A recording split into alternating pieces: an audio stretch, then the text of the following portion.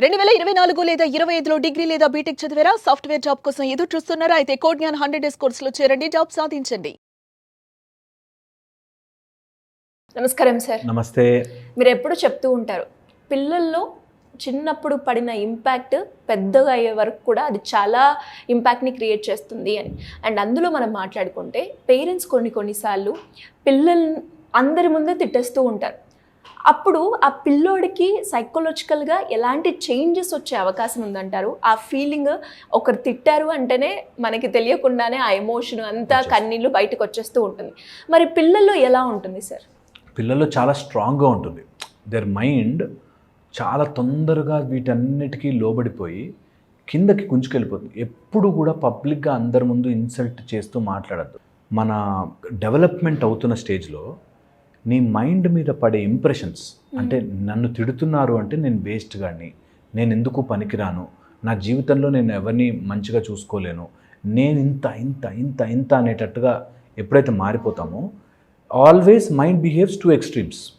Okay, ఒకటి వాడు రూడ్గా మారిపోయి మొండిగా మారిపోయి నువ్వు ఏం చేసినా తిడతావు అనే ఎక్స్ట్రీమ్కి, లేకపోతే నన్ను తిడుతూ ఉన్నాడు కాబట్టి వాడు సైలెంట్ ఉంటాడు, లోపల చాలా కాంప్లెక్సిటీస్ ఏర్పడిపోయి ఇన్ఫీరియర్ అయిపోతాడు. నేను ఇంతే వేస్ట్, నేనేం చేయలేను, నేను ఏదైనా చేయాలంటే ఎవరి పర్మిషన్ తీసుకోవాలో. చాలామందికి ఉంటుంది ఈ రోగం. దట్ ఏది ఒక మాట చెప్పాలన్నా కూడా ఎవరేమనుకుంటారు. ఎందుకంటే చిన్నప్పటి నుంచి వాళ్ళ నాన్న వాళ్ళ అమ్మ ఇలా ఎందుకు మాట్లాడావు, ఇలా ఎందుకు చెప్పావు, ఇదెందుకు చేసావు, వాళ్ళేమనుకుంటారు, వీళ్ళేమనుకుంటారు, వాళ్ళు ఎలా బిహేవ్ చేస్తారో చూసావా, అమ్మో నువ్వు ఇలా మాట్లాడితే మన పరువు ఏమవుతుంది, ఇలాగ అన్నిటినీ ఆపడం వల్ల your mind is constantly pushing you into inferior. నేను ఏదైనా పర్మిషన్ తీసుకుని మాట్లాడితే తప్ప నేను కరెక్ట్గా మాట్లాడట్లేదు, నేను ఏం చెయ్యాలన్నా ఎవరైనా అప్రూవల్ ఉండాలి, లేకపోతే నేను సరిగ్గా చేసినట్టు కాదు అనే ఒక కాంప్లెక్సిటీలోకి వెళ్ళిపోతారు. ఈ ఇన్ఫీరియారిటీ కాంప్లెక్స్ వస్తే మీరు నమ్మరు, బయటికి రాలేరు, అసలు బయటకు రాలేరు. ఒక్కసారి ఆ ఇంప్రెషన్ పడిపోయి చిన్నప్పటి నుంచి తిడుతూ తిడుతూ తిడుతూ తిడుతూ ఉండేసరికి నేనేమీ చేయలేను, నేను ఏ చేతగాని వాడిని అనే ఒక స్టాంప్ పడిపోతుంది. ఒక్కసారి ఆ ముద్ర పడ్డాక you will not be able to absorb anything. Week personalities అయిపోతాయి. 99% వీక్ పర్సనాలిటీస్ అట్లాగే అవుతాయి. ఆర్ అదర్వైజ్ ఎక్స్ట్రీమ్ అయిపోయి వాళ్ళు ఆ కోపాన్నంతా ఇంకెక్కడైనా తీర్చుకోవడానికి చూస్తుంటారు. ఫ్రెండ్స్ మీద తీర్చుకుంటారు, లేకపోతే నీ నుంచి దూరం అయిపోతూ ఉంటారు, లేకపోతే దే క్రియేట్ ఇంకా ఎమోషనల్గా అగ్రెసివ్నెస్ కానీ, లేకపోతే వాళ్ళ బిహేవియర్ వైజ్ చాలా స్టబ్బర్న్ అయిపోతారు. ఇలా జరుగుతుంటాయి. మొండితనం వచ్చేసి వాళ్ళు మ్యాక్సిమం ఏమంటారు, తిడతారు కదా, సరే ఇంకా చేద్దాం ఇంకా చేద్దాం అని తప్పుడు మార్గాల్లోకి వెళ్ళే ఛాన్స్ ఎక్కువ ఉంటుంది. సో పిల్లలని అందరి ముందు తిట్టడము ఆర్ జనరల్గా కూడా తిట్టడం అనేది ఎలా ఉండాలంటే, మా నాన్న నోరు తెరిచి మా అమ్మ నోరు తెరిచి తిట్టిందంటే నిజంగా హ్యావ్ కమిటెడ్ ఎ క్రైమ్ అని అనిపించిన రోజునే. లేకపోతే ప్రతిదీ కూడా పిల్లలు ఏం చేసినా కూడా అదొక క్రైమ్ లాగా చూపించడం ఆపాలి. అది చాలా డేంజరస్. ఎంత డేంజరస్ అంటే వాళ్ళది ఆ ఇంప్రెషన్ పోదు. మనం పెద్దగా నీ మంచి కోసమే తిట్టాను కదరా అన్నా కూడా వాళ్ళకి అర్థం చేసుకునే స్టేజ్ ఉండదు. సో అందుకని చిన్న పిల్లల్ని తిట్టడం చాలా కష్టమైపోతుంది. ఎట్ ద సేమ్ టైం ఏది తప్పు చెప్పడం రావాలి, తిట్టడము కాదు. చాలామందికి డిఫరెన్స్ అర్థం కాక పిల్లల్ని తిట్టకూడదు అని కానీ కంప్లీట్గా ఇంకా వాళ్ళకి సరెండర్ అయిపోయి నువ్వు ఏది చేస్తే అది రా, నువ్వు ఎలా అంటే అలా రా, నువ్వు అని సరెండర్. ఇప్పుడు అది చూస్తున్నాం మనం. ఓకే, ఉల్టా ఆపోజిట్ అనమాట. నా పిల్లలు నేను చూశాను, ఒక ఎగ్జామినేషన్ హాల్ బయట ఒక 10th క్లాస్ అమ్మాయి ఎగ్జామ్ రాస్తుంటే చదువుతూ ఇట్లా నోరు తెరిస్తే ఆమె నోట్లో నీళ్లు పోసి తుడుస్తుంది కర్చీఫ్తో. మరీ అంత సుకుమారంగా కూడా అవసరం లేదు. నీకు బోత్ ఎక్స్ట్రీమ్స్ ఆర్ డేంజరస్. ఎప్పుడు అంత టూ మచ్గా చేయకూడదు. ఎప్పుడు కూడా ఆ డేంజరస్, ఆ లిమిట్ ఉండాలి. తిట్టడము వేరే, నువ్వు చెప్పడము వేరే. స్ట్రిక్ట్గా ఇది తప్పు అని ఎంత స్ట్రాంగ్గా చెప్పగలమో, తిట్టి వేరే లాంగ్వేజ్ వాడి తప్పులు వాడి నువ్వు వేస్ట్, నువ్వు ఇంత నువ్వంత అని తిట్టడం కూడా తప్పే. సో ఆ రెండిటి యొక్క బ్యాలెన్స్ కంపల్సరీగా ఆల్ పేరెంట్స్ నేర్చుకోవాలి. నిజంగా పేరెంట్ అంటే అదే, దట్ యు ఆర్ నాట్, నువ్వేదో ఒక హిట్లర్ లాగా అరిచేవాడివి కాదు, అలా నువ్వు లైట్ తీసుకుని ఫ్రెండ్వి కాదు, you are a parent.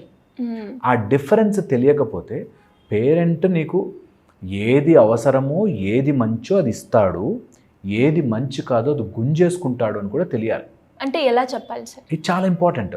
First thing, నీకంటూ ఒక డెవలప్మెంట్లో నీకు ఇది మంచి చెడు అని నీకు అనిపించవచ్చు, కానీ ఒరిజినల్గా అసలు వాట్ ఈజ్ రైట్ అని పేరెంట్స్ తెలుసుకోవాలి.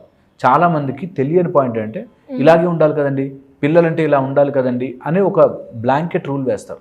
అలా కాదు, ఆ పర్సన్కి ఆ పిల్లవాడికి ఏది కరెక్టో అది మనం ముందు తెలుసుకుని ఆ కరెక్ట్నెస్ని ఇంప్లిమెంట్ చేయాలి. సపోజ్ వాడు 10th క్లాస్ ఎగ్జామ్స్ రాస్తున్నాడు, వాడికి మ్యాథ్స్ అవసరం, మ్యాథ్స్ రాకపోతే ట్యూషన్ అవసరం. ఆ ట్యూషన్లో టీచర్ గట్టిగా చెప్తుందని వీడు మానేస్తే, నో, ఆ టీచర్ ఎలా చెప్పినా టీచర్ యొక్క జ్ఞానం మనకి ఇంపార్టెంట్, నేర్చుకో అనేది పేరెంట్గా. ఫ్రెండ్ అనుకో, ఏం మానేరా, ఏం కాదా క్లాసు, బయటకు పోదాంపా అని బయటకు తీసుకెళ్తాడు. అదే నువ్వు అతిగా మారిపోయి హిట్లర్గా మారిపోయి అనుకో, వాడు భయపడి వెళ్ళినా సబ్జెక్ట్ అర్థం చేసుకోడు. సో ఆ హిట్లరు కాదు, నువ్వు ఇట్లాగా కాదు, మధ్యలో ఒక టైప్ ఆఫ్ ఆ బ్యాలెన్స్ పేరెంట్ని మెయింటైన్ చేయాలి. సో చెప్పేటప్పుడు కూడా అది రావాలి. 1. సెకండ్ వచ్చేసి, నువ్వు ఎంత గింజుకున్నా ఎవరి మనసులోకి నువ్వు ఐడియాలు వేయలేవు. వాళ్ళు తెలుసుకోవాలి అని వస్తే తప్ప you cannot put any idea.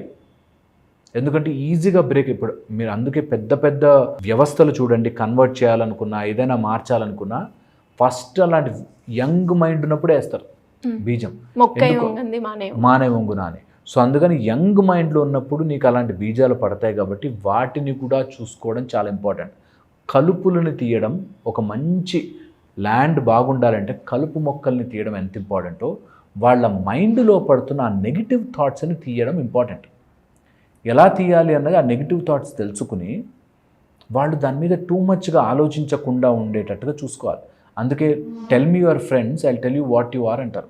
నా ఫ్రెండ్ ఒకడు దొంగతనం చేస్తాడండి, ఒకడు జేబులు కట్ చేస్తాడండి, ఒకడు చైన్ స్నాచింగ్ చేస్తాడంటే నువ్వు దొంగవే అని తెలిసిపోతుంది కదా. నువ్వు మంచివాడు అయి ఉన్నా నువ్వు దొంగ కింద కేటగరైజ్ చేస్తావు.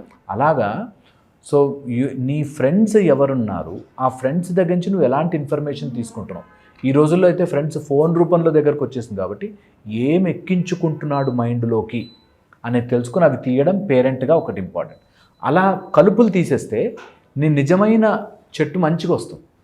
సో అందుకని నువ్వు ఏదైనా బిహేవియర్ పిల్లల్లో జనరేట్ చేయాలి అనుకుంటే first take out all nonsensical things and then inculcate the positives. It will take time. అందుకే పేరెంట్కి ఫుల్ టైం జాబ్, అది ఫుల్ టైం డ్యూటీ.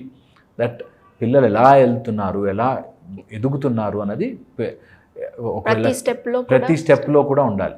ఎవడో ఫ్రెండ్ వచ్చి ఏదో అలవాటు చేస్తాడు.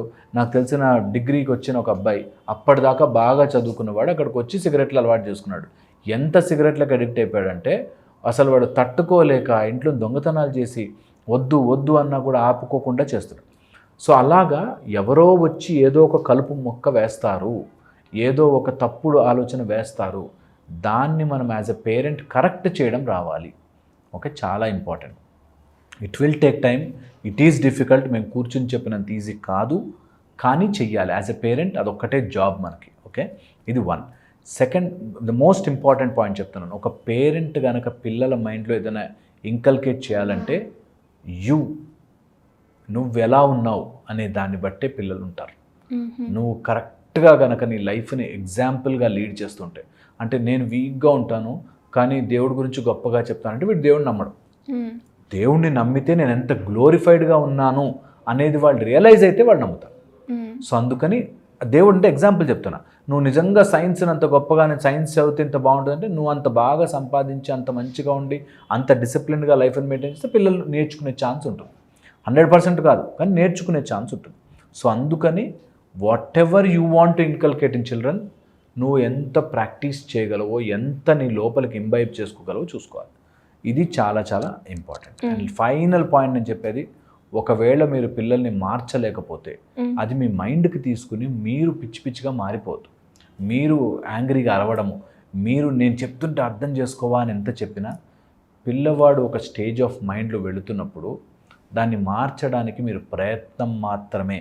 ఎప్పుడూ కూడా బలవంత పెట్టి పిల్లల తలరాతలని మీరు రాయలేరు.